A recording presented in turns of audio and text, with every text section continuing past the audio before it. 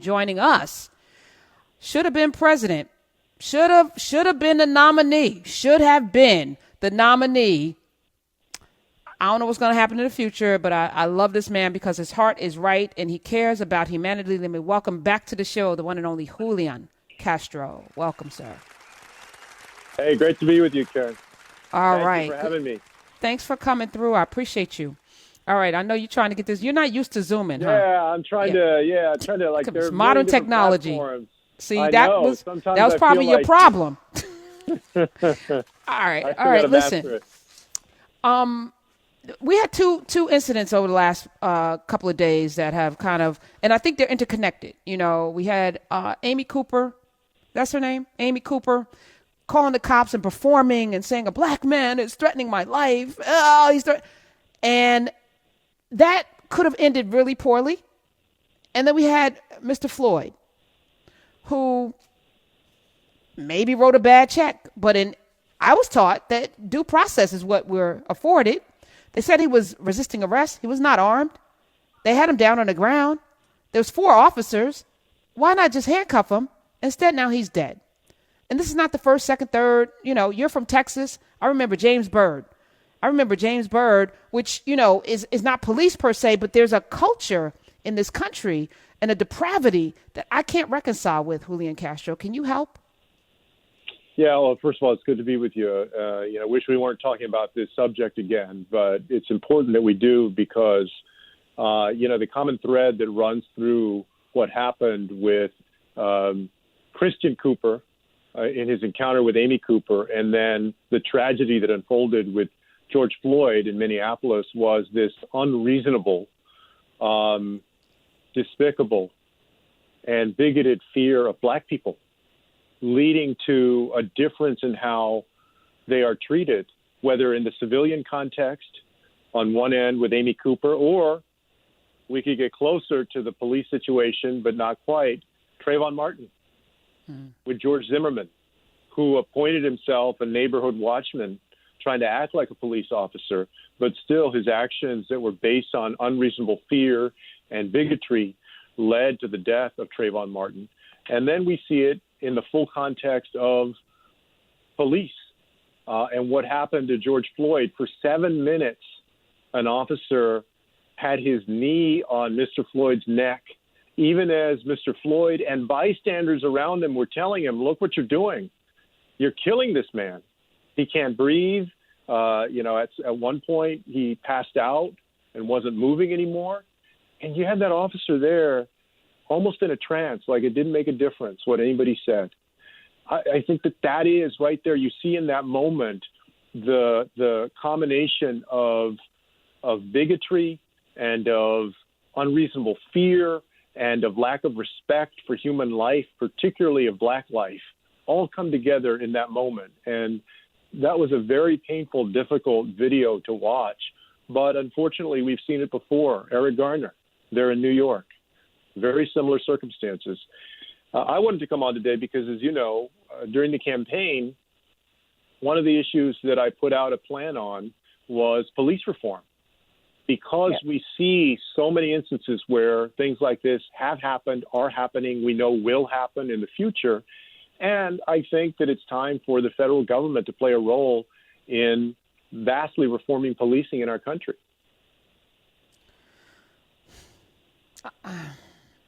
I'm thinking as you're talking why you didn't get more support. Everyone's talking about a black agenda. You had one, a very robust black agenda. There wasn't a groundswell of support. Everyone was talking about no vote, no black agenda, no vote. Well, we had a couple of candidates, actually, that had very strong agendas that would have kept us safe, closed the wealth gap. You had a vision for something. I don't understand how, we get through to people, about the political discourse that we must have, or the political action that we must take, and how that impacts our lives in everyday, existence here. Can you kind of navigate that bridge for folk? Like, not supporting a candidate that would have done things that would directly impact you makes no sense. Well, look, I was speaking to a vision of our country that I hoped would embrace people who have often been forgotten, who have been left out because of the color of their skin, because of how much money they have or don't have in their pocket. And I can't speak for any community, but I do think that the agenda, the vision that we put out was about empowering communities that have often been not just left behind, but really have been oppressed in our country, and doing it in a very practical way with powerful policy that I believed we could make happen in this country. And I hope what people will do, and I know that there are great organizations out there that are doing this, is to hold politicians' feet to the fire who actually are in office. All of those city council members and the mayors at the local level that decide on police contracts, that deal with use of force, police accountability, transparency about what happens during different incidents and the demographics of who stopped and so forth. And also people running for Congress, because I think that there is a federal role for a national use of force standard, demilitarizing our police so we're not sending them weapons of war to use on the streets with civilians. In so many ways, we need to raise the prominence of this issue so that people do push back on it. And also, I hope, all those candidates out there, those folks, maybe there are some folks out there that have been active on this issue and they've lived this life. They know what it's like. Either they or other people have been subject to these incidents. Run for office, do what you can to put these issues in the limelight. And one of those things is that you can step up also and try and run for office. I know that that's harder said than done, but it's time. It's time for people to do that. Congressman, I just want to chime in here. One, to say thank you for being unapologetic about the platform that you were advancing. And it felt like during the campaign season, it felt like you were intentionally centering the least of these. And it felt like you were intentionally centering the needs of people who, for a long time, have needed to have explicit racial justice policies. A lot of times we'll hear people say, I have a big umbrella plan. Oh, and it will also help XYZ minority people also. I have a big housing plan. Oh, and it will also create benefits for Black people, for brown people. And it felt like, as opposed to doing that, you were very intentional about naming specifically, yes, I have housing policies, and this is how racial justice is a factor. Yes, I have criminal justice policies, and this is how racial justice is centered within this policy. So for me, it was just grateful. I was grateful to have a candidate who was actually intentional and who had clearly educated himself about the issues so that you could create policies that would be able to center our needs. Now, since we now have a presumptive Democratic nominee, one Joe Biden, there's been a lot of conversation about how Vice President Biden has adopted elements of, say, Elizabeth Warren's student debt program or Bernie Sanders' Medicare for All program. Have you been reached out to by the Biden campaign about elements of your racial justice policing plan or any of the plans that you promulgated that centered the need for a racial justice analysis? The Vice President and I haven't spoken about these plans. My hope is that as the Democratic nominee, that his platform will fully reflect in the summer and fall the concerns of communities that are grappling with these issues each and every day. Because the vision that I brought forward for our country was one based on my own experience. Growing up in a lower middle income household with a single parent, going to public schools, knowing people who had dealt with the different issues that we put forward, whether it was immigration or police brutality or a lack of economic opportunity. And I think it's important, if we're going to defeat Donald Trump, for Vice President Biden to speak powerfully to those issues that are going to get people off the sidelines and into the voting booth in November. And maybe more importantly, we need to actually do something in Washington, D.C. about these issues, because they don't go away. They've been around for generations. They don't go away. They didn't go away after the Civil Rights Movement.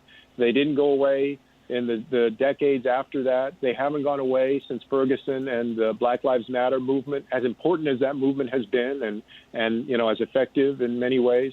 But they're still there. And so, sometimes people have told me, your agenda, it was, who has won with that kind of agenda that centers racial justice and social justice. And I said, well, I believe that the time is coming in this country where that kind of vision will come to pass as more people recognize that these, in so many ways, are inveterate, timeless issues that need to be addressed, and the urgency to address them only gets stronger and stronger. And it's only too bad that for so many Americans, it takes something like video of the death of George Floyd to be reminded of why we need to act on an issue like police accountability. So before you joined us, you were talking about sort of some of the previous reporting that had come out of the FBI about the fact that white supremacists were intentionally encouraging their members to join into the military, to join the police force, one, so that they could have access to the type of training that's contained within those systems. If you were to be contacted by the Biden campaign, what would your advice be to them about how they need to consider creating policy around, one, police reform, yes, but two, the increase and the bubbling up of white supremacist rhetoric and actions that we see coming from the police force writ large?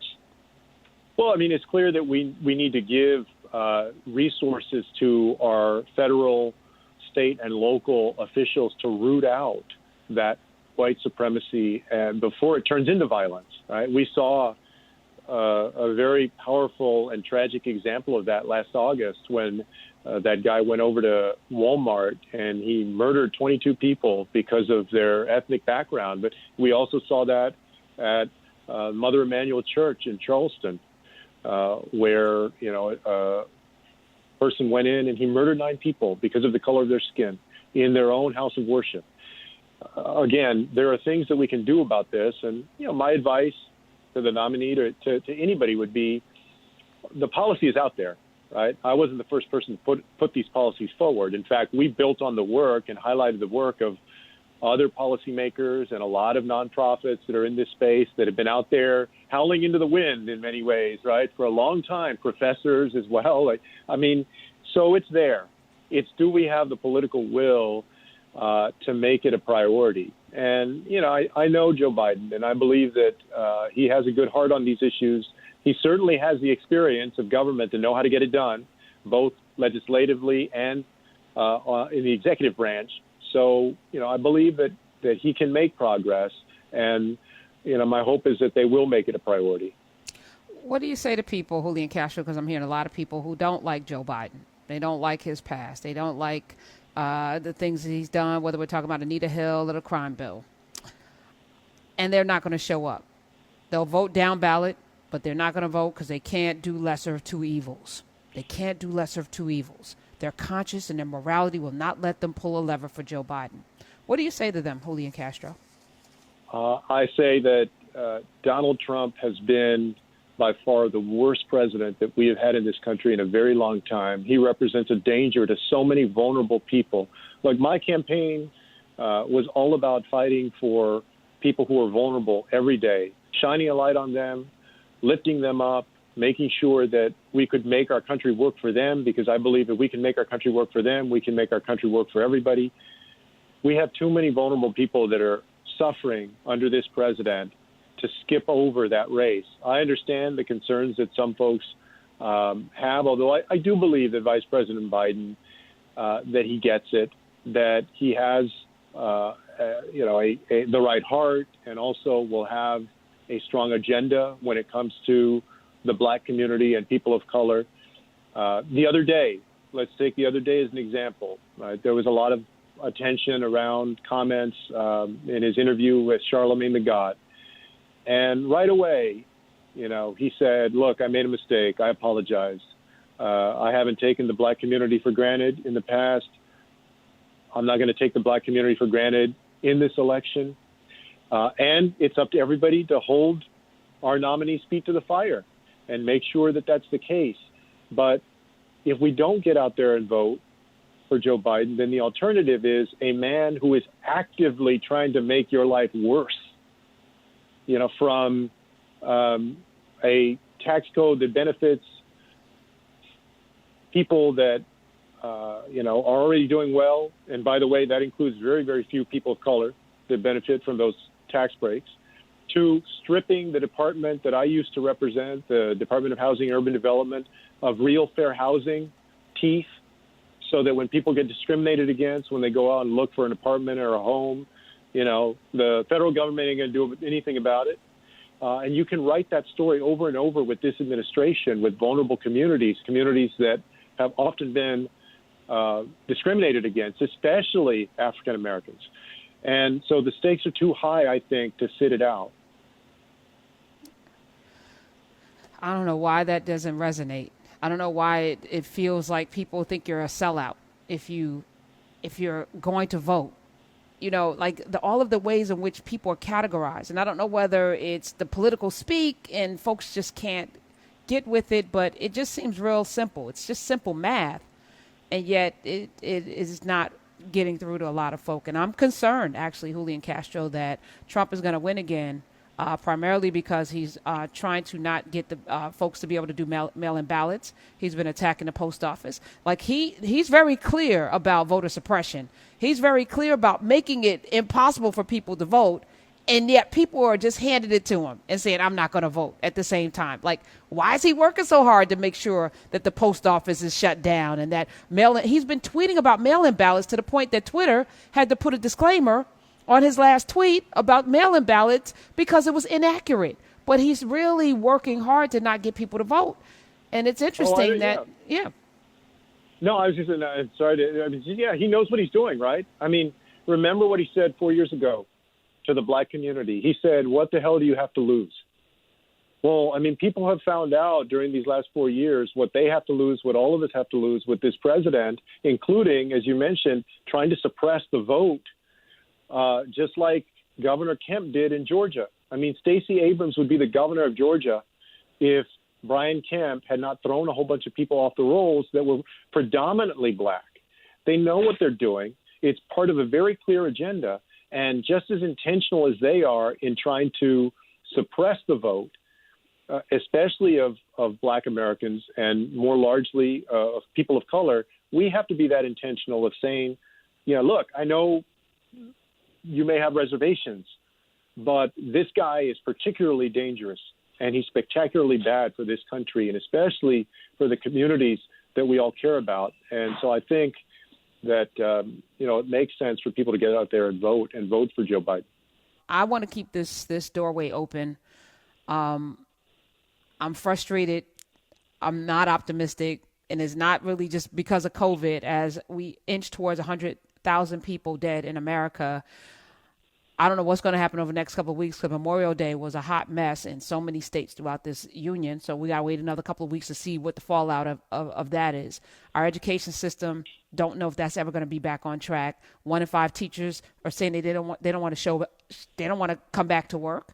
Our economy, we're just at the precipice of what will be a recession. Those unemployment numbers are going to get more dire as we edge towards the end of the year. Jobs are not coming back because a lot of tech companies and other companies have been able to get along without the people. So I think we're in for some things that we're not prepared for. And to not have leadership on top of that, I don't know what the outcome is, but I'm going to sit here and keep providing seeds and tools and on some levels weapons mentally. But it doesn't look good, Julian Castro. Give us something optimistic to leave out on. Well, I think, that out of this tragedy, that a lot more people have recognized how vulnerable they and their families are. And while that's not a good thing for anybody, it can be a good thing if we build on it and recognize that we need each other, that every single person in this country should have health care, that everybody should be treated the same when it comes to the police, that everyone should have a safe, decent, affordable place to live and not be on the brink of eviction just because they got laid off a month ago. My hope is that going forward, we're going to recognize that we all need each other and that this idea that smaller, weaker government, in other words, smaller, weaker, we the people, is the good way, the right way, that we're going to throw that out the window and instead recognize that we need to band together in an effective, competent, and robust government that can actually get things done so that everybody can prosper in our country. That's my hope. And, I believe that, unfortunately, we had to go through this experience for a lot of people to reflect on that and to realize it. Are you running for anything? I'm not, for the first time in quite a while, I'm not aiming for any office. And so, it actually feels good. I've actually had a lot of time to spend with my family, which has been wonderful because I was gone like 14 months, 70% of the time in those 14 months while I was campaigning. And but I'm going to keep using my voice. We're going to be launching something called People First Future to support young and young at heart progressive candidates out there. I just partnered with Voto Latino to work toward expanding the number of Latino voters that are registered for November so that we do our part to get out the vote and make sure we defeat Donald Trump. And I'll keep using my voice sometimes on issues that a lot of politicians don't want to talk about, including this one on police brutality. And for a lot of people, it's a third rail issue, but I talked about it on the debate stage when I was a candidate. I put out a vision of how we can improve policing for a better America. And I'll keep using my voice, whether I'm in the private sector or the public sector. I just wanted to follow up with that, and I'm really glad to know that you're going to continue advocating and using your voice to do so. As it pertains to the work that you're doing with Voto Latino, we've often heard that while the Latin American community here in the United States is exploding in terms of potential voters, there's often also this question about that potential going unrealized or untapped. And there's this idea, at least within the voting advocacy circles, that while Latin Americans within the United States who are registered voters could literally shift elections, that we're not seeing the turnout in the same way. What is the organization that you're working with or other organizations that you're affiliated with? How are you working to actually animate and activate the vote within Latin American communities? Yeah, so, Voto Latino probably has the best track record over the last 10 to 15 years of using digital campaigns, online campaigns, social media campaigns, direct-to-cell phone campaigns to register, especially young Latinx voters.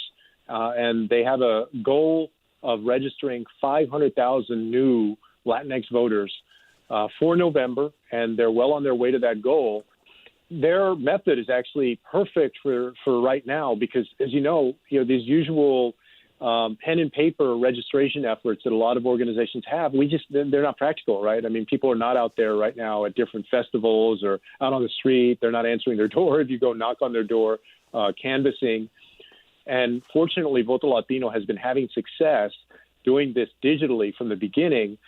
They had about a 79% rate of the people that they registered in a cycle would actually turn out and vote in that cycle, which is a great track record. If we can build on that, it can make a real difference. I agree with you. Look, there's a gap there. The best example of that was in 2012 when President Obama was reelected. I mean, the African-American community voted at 66%, and the Latinx community voted at 48% turnout. And then each of them fell even from those levels in 2016. That made a real difference when we only lost Michigan, Wisconsin, and Pennsylvania by 77,000 votes collectively. Obviously, there are huge Black populations in those states, but they're growing Latino populations there and in places like Georgia as well and North Carolina that can also contribute to a victory when your margins are that slim. So my hope is that through this work that Voto Latino and I can help do something positive to make sure that we defeat Donald Trump. Follow him, Julian Castro, at Julian Castro. You're part of our family. Come back anytime, sir. We appreciate the work that you're doing, and we appreciate, more importantly, who you are as a person. Hey, thank you both. Good to see you. Please stay well. Thank you. Yes.